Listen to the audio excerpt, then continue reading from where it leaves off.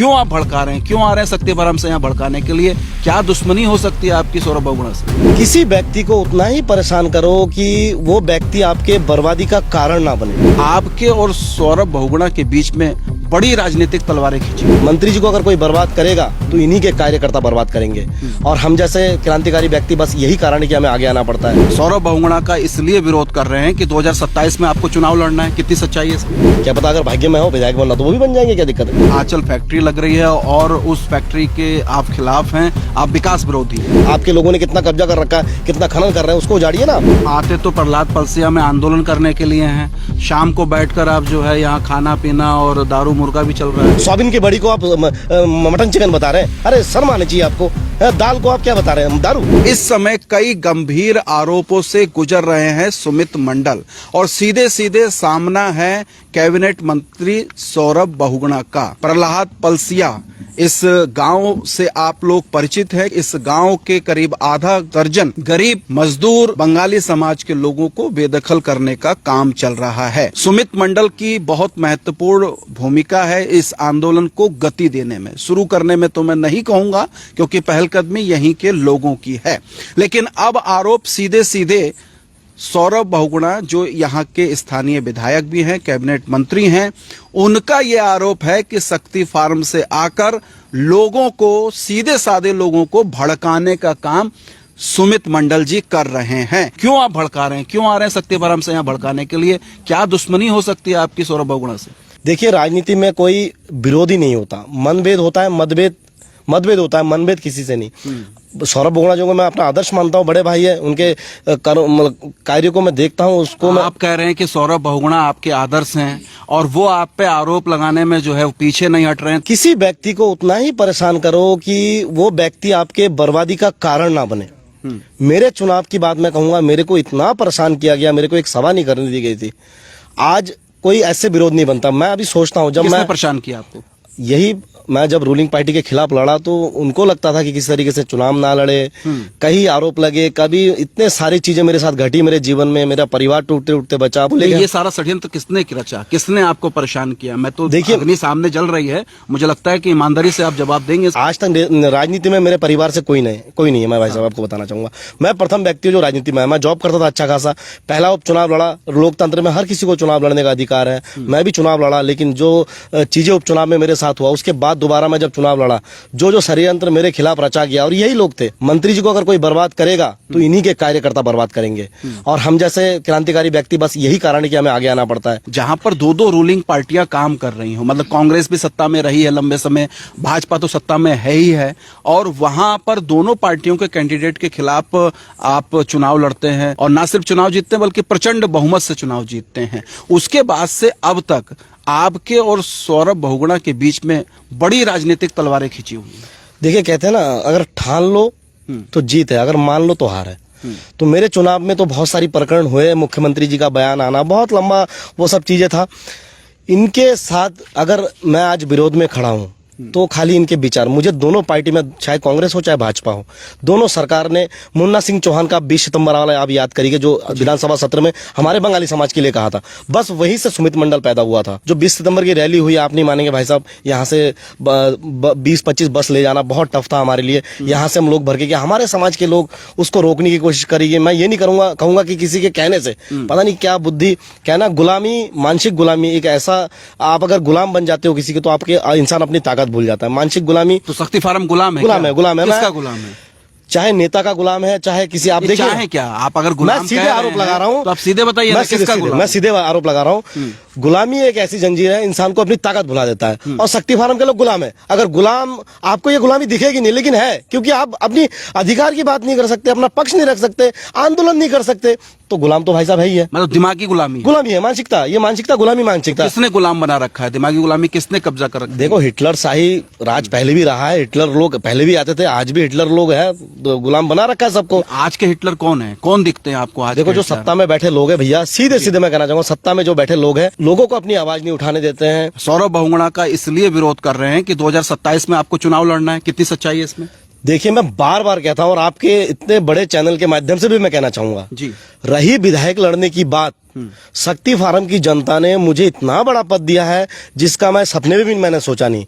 अगर चुनाव लड़ने की बात आई कभी सितारगंज विधानसभा से, तो मैं बार बार कह रहा हूं, मैं सितारगंज विधानसभा से चुनाव नहीं लड़ूंगा, लेकिन सितारगंज की जनता के लिए अवश्य जिंदगी भर लड़ूंगा।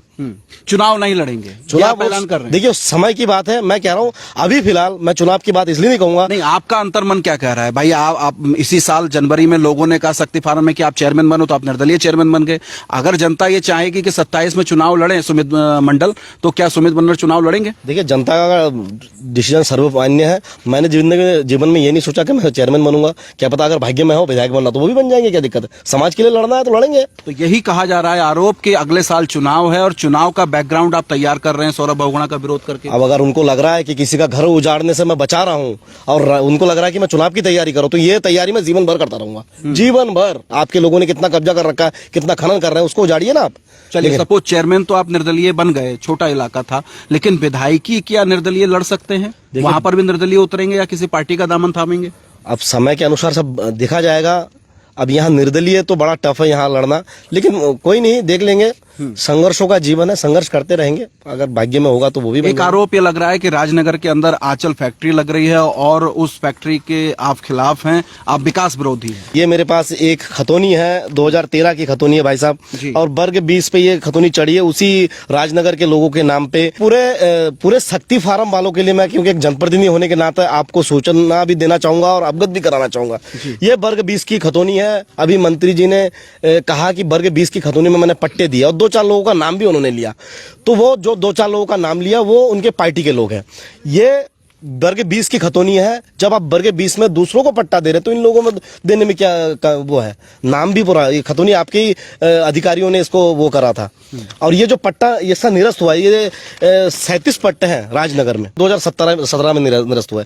और इसी तरह पूरे शक्ति फार्म में 216 पट्टे निरस्त हुए, और ये सरकार की तरफ से, मतलब कोर्ट की तरफ से पूरा निरस्त हुआ है। वो लिस्ट भी मेरे पास ऑनलाइन मौजूद है। अगर ये पट्टे निरस्त हुए हैं और कोर्ट के माध्यम से हुए हैं, तो इसमें सौरभ बहुगुणा जी का क्या रोल हो सकता है? उनका रोल तो हम बता नहीं। मैं ये जानना चाहता हूँ कि आप उनकी खिलाफत करते हुए क्यों नजर आते हैं? ये पट्टे के मामले में उनको इसलिए नहीं कह रहा हूँ। ये पट्टा आज इनका अगर जमीन में एक्वा पार्क लग रहा है, तो क्या आपको लगता है कल आपका नंबर नहीं आएगा? आप कह रहे हैं 5000 लोगों को नौकरी देंगे इस फैक्ट्री में, आंचल फैक्ट्री में और एक्वा पार्क में।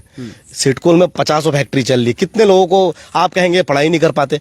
अरे अगर मेरे पिताजी, मेरे दादाजी बहुत बड़े नेता होते, मुख्यमंत्री होते, तो मेरे को भी तो उसी हिसाब से पढ़ाई मिलती ना। खाली बहाना दिया जाता है कि बंगाली समाज में लड़कों में क्वालिफिकेशन की कमी है, इसलिए उनको नौकरी नहीं मिलती। अरे तो क्या डूब मर जाए? नौकरी ना करे, खाए ना।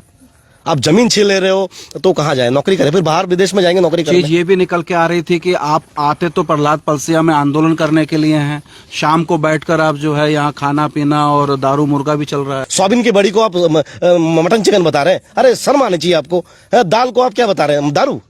तो ये मानसिकता आपको बदलनी पड़ेगी। आप एक दिन आइए, चाय पीने आ रहे हैं, कम से कम आप ये दाल भात खाने आ जाइए। वो जो सोयाबीन बड़ी वाली चिकन है उसको खा लीजिए, आपको खुशी मिलेगी। चुनाव के टाइम तो हर नेता आके गरीब के साथ खाना खा लेता है। अब आइए ना, जब इनके बुरे दिन है आप खड़े हो जाइए। हम सबकी जो हाँ मानते हैं, हम नेतागिरी कर रहे हैं। हर व्यक्ति नेतागिरी कर रहा है कि किसी को विधायकी लड़ना है, किसी को कुछ करना है, मुझे हाई लेवल नेता बनना है। तो आप तो 1 मिनट में आके हम सबकी नेतागिरी खत्म कर सकते हैं। आप दे दीजिए, इनकी डिमांड पूरी कर दीजिए, नेतागिरी हम सबकी खत्म। आप फिर इनके नेता बन जाएगा। अरे वोट आप ही ले लेना इनसे, आप ही के लोग हैं सब। किसको वोट दिया आपने? सौरभ बहुगुणा को वोट दिया, बताइए।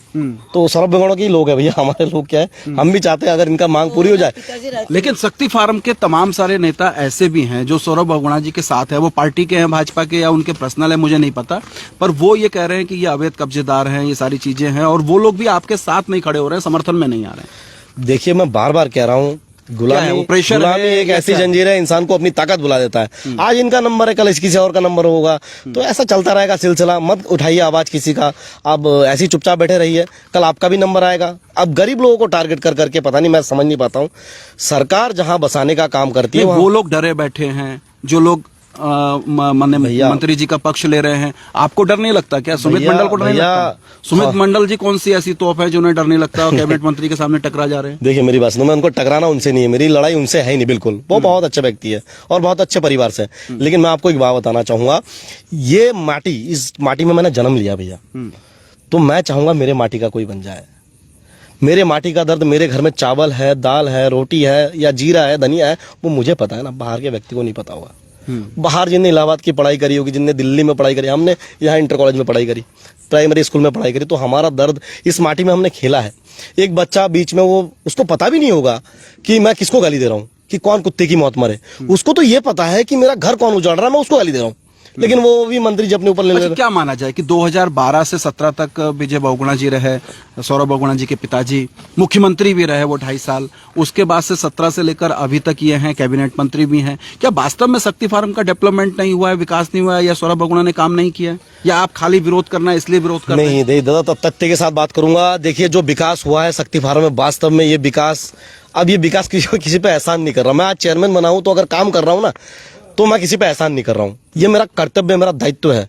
जनता ने मुझे वहां तक भेजा। अच्छा, और रही बात पुल की बात, सिरसा रोड की बात, सिडकुल की बात, मैं आपसे कहना चाहूंगा, अगर आपने इसको दिया है तो इसके बदले में यहाँ की जनता ने भी आपको दिया है। जैसे मुझे चेयरमैन बनाया तो आपको 2-2 बार विधायक, आपके पिताजी को मुख्यमंत्री, फिर यहाँ से सांसद 2-2 बार दिया है। आप किस आधार पर कहते हैं कि कैबिनेट मंत्री सौरभ बहुगुणा डराते हैं, धमकाते हैं, या उन्होंने कब्जे में ले रखा है, परेशान कर रहे हैं लोगों को? इसके क्या प्रमाण है आप लोग? शासक अगर भक्षक बन जाए ना, तो डर तो है लोगों में। यहाँ तो बहुत परिस्थिति खराब है। मैं ये नहीं कह रहा हूँ कि उनकी तरफ से किसी पे व्यक्तिगत, उनके कार्यकर्ताओं द्वारा डराया जाता है, ये बात उन्हें तक भी नहीं पता। कल उनको जो दिखाया जाता है, जो सुनाया जाता है, वो उन्हीं बातों पे विश्वास करता है। लेकिन यहाँ के जो कार्यकर्ता है ना, मैं तो कह रहा हूँ उनके अगर बर्बादी का कोई कारण होगा तो हम जैसे विरोधी नहीं होंगे, उनके अपने लोग ही होंगे। मतलब आप मानते हैं कि आप विरोधी हैं सौरभ बहुगुणा? अभी फिलहाल तो जैसा लग रहा है तो विरोधी, अब विरोध करना पड़ेगा। जो है हमारे समाज के मुन्ना सिंह चौहान के इतना बड़ा स्टेटमेंट दिया, मंत्री जी का एक बयान नहीं आया, बताइए ना। आज के 27 का निजाम बदलेगा, उसमें सुमित मंडल जी की महत्वपूर्ण भूमिका होगी। बिल्कुल भैया, मैं आपको बताना चाहूंगा, मैं पहले ही शब्द में आपको कहा, किसी व्यक्ति को इतना परेशान मत करो कि वो आपके बर्बादी का कारण बने। और कहीं ना कहीं अभी हमें ना इतना डराया गया भैया, इतना परेशान किया गया कि अभी अंदर से डर खत्म हो गया। अभी ज्यादा से ज्यादा क्या होगा? क्या होगा? लेने, ऊपर वाला लेने से पहले कोई नहीं मार सकता भैया। और क्या होगा? तो सुमित मंडल जी हैं जो चेयरमैन साहब हैं शक्ति फार्म के, और सुमित मंडल के नेतृत्व में सौरभ बहुगुणा के खिलाफ एक मोर्चा बुलंद हो रहा है। ये बात भी मैं बहुत ऑनेस्टली साफ साफ कह रहा हूं, ऐसा मुझे नजर आ रहा है। यहाँ पर 27 में क्या होगा देखा जाएगा, क्योंकि विधायकी का चुनाव छोटा मोटा चुनाव नहीं है और सत्ताधारी दल के साथ टकराव की बात है। क्या कह रहे जाते जाते? देखिए भैया, कहते हैं समय बड़ा बलवान है, सबको नाच नचाए। पांडव पुत्रों ने भी मांगी, घर घर भिक्षा जाए। तो इससे पहले भी चुनाव में आपने घर घर जाके भिक्षा मांगी होगी, यहाँ पर आके भी भिक्षा मांगी होगी। तो हमारा मात्र एक ही सूत्र मांगे है, जो वादे इनसे करे गए हैं वो वादे पूरे कर दे। शक्ति फार्म की जनता से जो वादे किए गए हैं, हालांकि मैं भी पद में बैठा हूँ, मुझे भी पता है, मैंने भी मैनिफेस्टो जारी किया है। अब लास्ट तक देखते हैं कितने मैनिफेस्टो हम पूरा कर पाते हैं। आपके भी मैनिफेस्टो को उठाया जाएगा, कितने % लोगों को रोजगार देने के। अभी सिडकुल का घेराव बहुत जल्दी करने वाले हैं। गुलामी किसी की नहीं करेंगे भैया। बड़ी बात, गुलामी किसी की नहीं करेंगे और अपनी लकीर अपने भरोसे से, अपने विश्वास से खींचेंगे। बने रहिए अनसुनी आवाज के साथ। अनसुनी आवाज के फेसबुक पेज को फॉलो कीजिए, आप हमको यूट्यूब पर भी जरूर सब्सक्राइब कीजिए। बहुत शुक्रिया, धन्यवाद, नमस्कार। नमस्कार।